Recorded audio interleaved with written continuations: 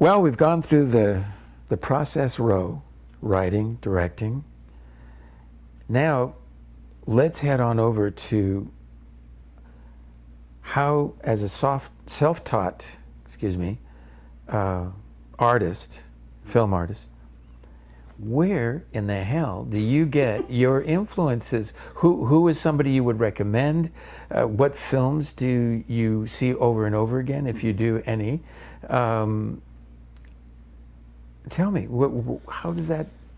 I think I can't say that there is one director that has influenced my work. I think it is the type of stories. I think it is, which they are all urban in a sense. I have different influences. I'll say writing-wise, my influences are the classics: John Steinbeck, Charles Dickens, William Shakespeare, Victor Hugo, Alexander Dumas.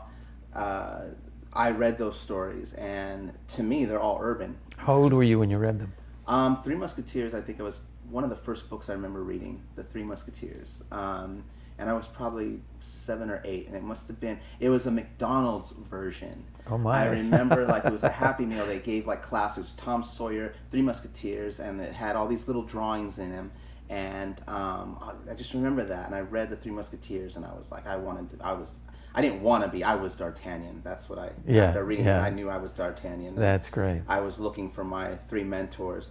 So writing-wise, it's the classics, which may sound odd to people because of the types of stories I do, but they are so rich of character, and there's so many different dynamics going on in those stories. Well, let's stay here.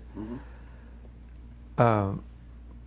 Because it's all following into the concept of mentoring and who's influencing you.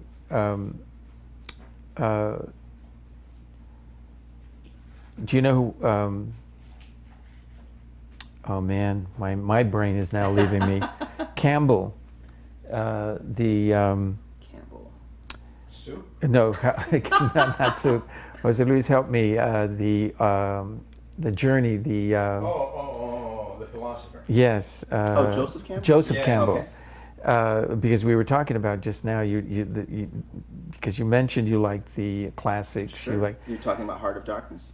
No. Joseph Campbell, he did the hero's journey. Oh yes, and absolutely. Okay. We're talking that there is no original story. Right. They all follow the same lines of the old Greek classics and so forth. You have the hero, the mentor, and so forth. Right. So it's apropos to what you're saying in terms of pulling from that.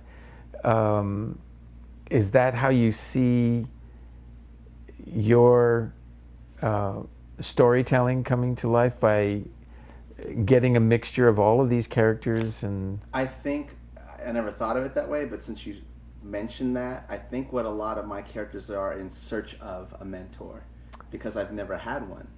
I never had somebody take me under their wing, and say, "Look, kid, I like who you are and what you're doing. I'm gonna get you to that next level."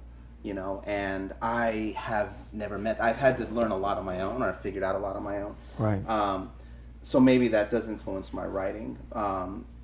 Film-wise, I've always liked, the first actor, I would say, and he's still one of my favorite actors to this day, and who I'll watch his films monthly, is James Cagney.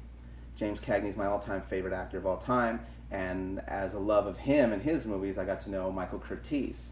Yes, and Michael Curtiz has done 80 films. Yes. And yes, he has 4 or 5 classics in that, but he has 80 films in that 4 or 5 classics. Warner Brothers contract too. Absolutely. Yeah. And I fashion myself in that kind of a director, is that my goal every year is to make a feature. And for the most part of the last 7 years, I've been able to do that. I would say my average is probably every 15 months I make a film, and regardless if I have the money or not. But that's just me saying, okay, you're going to make a film, and you're going to try to do one every single year.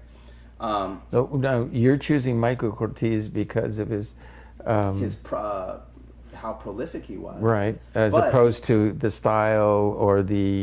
Somewhat of the style too, because I have a very old school way of shooting. I'm not into moving the camera a lot. More Yeah, so with. I hate that people doing that all the time. Yeah, I try to trust the actor and the action and the dialogue, and I try to trust that a lot more. And I'm not. You can do as cool a camera angle as you want, but what is the audience going to remember? On the Waterfront is a big. That director, I would say, Elia Kazan, is a huge influence. Right. In terms of his research, his detail to character. I recently just read his diary, and I just did too. Oh yeah, man, and it just was like, this guy's working with Brando, and it's just constant. It's constant. What's underneath? What's underneath? What's underneath? What's underneath? And how deep that guy goes.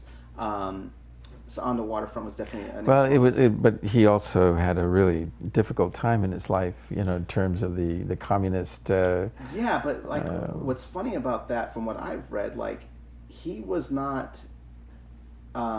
He never denied being a communist. He was saying he was a communist, and then he outed people that were communists. Outed people, which is. He wasn't giving names of people that didn't identify themselves that way. Maybe he definitely shouldn't have done that, but he was never lying in his belief of who he was. Yeah. He said, owned up to I'm it. a communist. He owned up to it. Yeah, he owned up to it, and the people he had outed, which he shouldn't have done, were communists, self-described communists, but they didn't want to be outed, obviously. And they were blacklisted. Their careers were right. gone. Yeah. So, but I would say he was definitely one. The Godfather 2. Coppola. Yeah, he's definitely an influence. Quentin Tarantino is probably the only director who, when he has a movie out, I'm going to see it opening day. Probably the only one. Jim Sheridan is an Irish director. I think I have this belief that the Irish and Mexican experiences are very similar in terms of coming to this country, in terms of what they contribute to this country, in terms of the adversity they both have had, the Catholic influences of both cultures. Right. So maybe there's a reason why I do that, but also he's just an amazing. The performances he gets from actors, I don't know what his process is, right. But it just. Their acting, the actors in his movie, their acting is just so visceral and just stays with me. Every single one of his films stays with me on an emotional level. My favorite of his being In America, which was his most, I think, that was his story of him coming here as an actor and trying to make it as an actor and raising his family and that balance. How about Mexican directors or Italian directors or Spanish directors, anything? I would say that, again, I don't... Robert Rodriguez was somebody that I had followed, and I was one of those guys that saw El Mariachi, and I was like... Yeah. I thought it was okay. I didn't... Well, which version?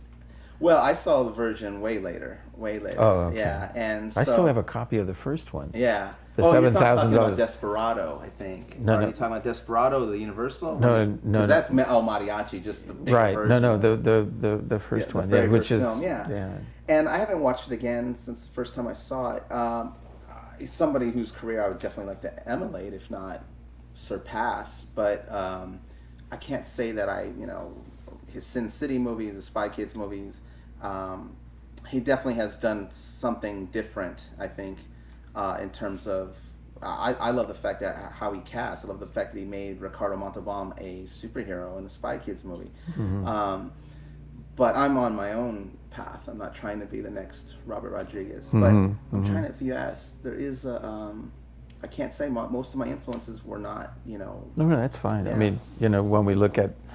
There are ones that I admire. Alfonso Cuarón, he's definitely somebody I admire. that's today. Follow. That's great. Yeah. That City of Men, and even when he did The Little Princess was great, and Great Expectations, which was panned, I loved. But he's definitely a director I like to follow. Well, do you feel that... Do you have a responsibility to your community, being the Hispanic Latino community, in terms of the kind of projects that you do? Do you feel you should be politically correct on that level, that you want to make sure that they're represented properly? Is that something that weighs heavy on you? No, it doesn't. Okay. My loyalty is to the story. I cast nothing but Latinos in my movies. That's where my loyalty is. But in terms of what types of stories we should be telling, I don't owe that to anybody. I tell the stories that speak to me and come from inside me, and if people don't like that, that's fine. But I'm not beholden to this organization's ideals of what I should do as a filmmaker. Mm-hmm. I am obliged to that if you want to come and finance it.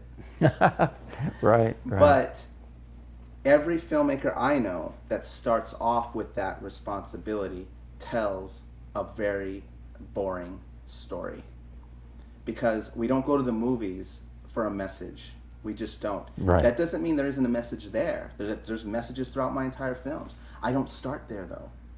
I don't start there. I start with the story. So what? How do you see the landscape today of the industry? How do you fit in? Are there opportunities? Oh, absolutely. But there's self-made opportunities.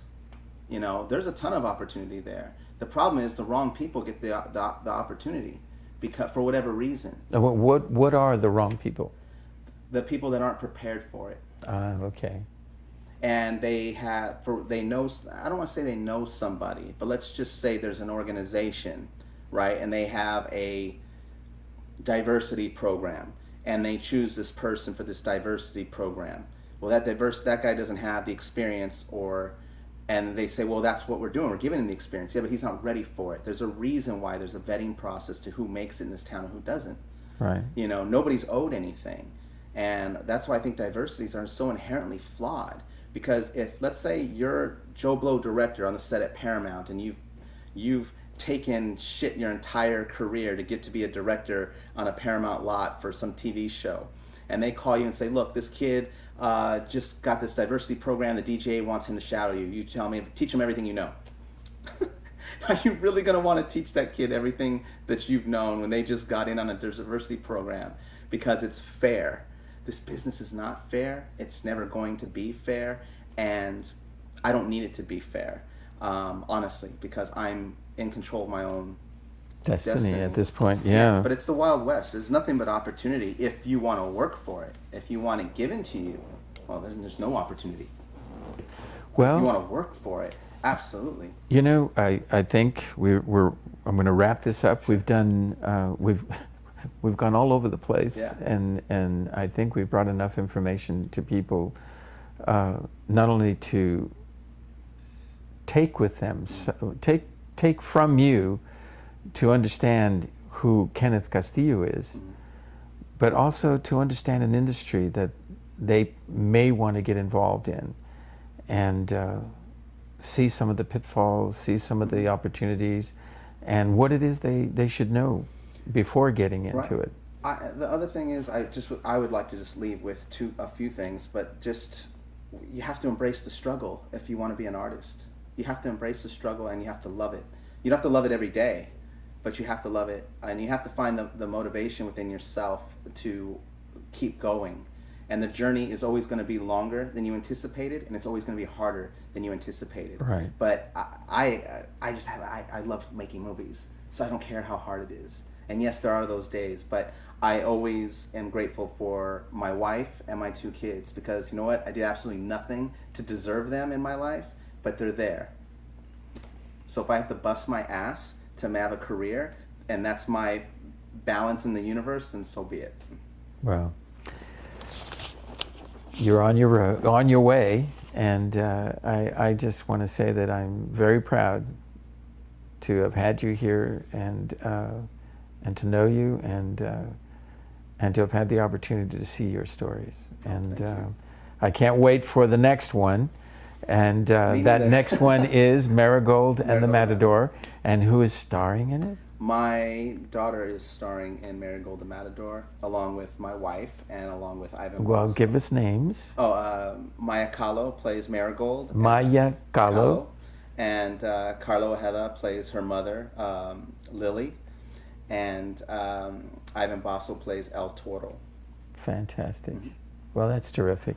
Well, we look forward to it. And is there anywhere where we can go and see all the films, or You can go to kennethcastillofilm.com, and that's pretty much will lead you everywhere you need to go to find me all over. You can just Google my name, Kenneth Castillo, and all my stuff shows up. Links to buy films or watch films. Okay, I don't speak Spanish, so that's what?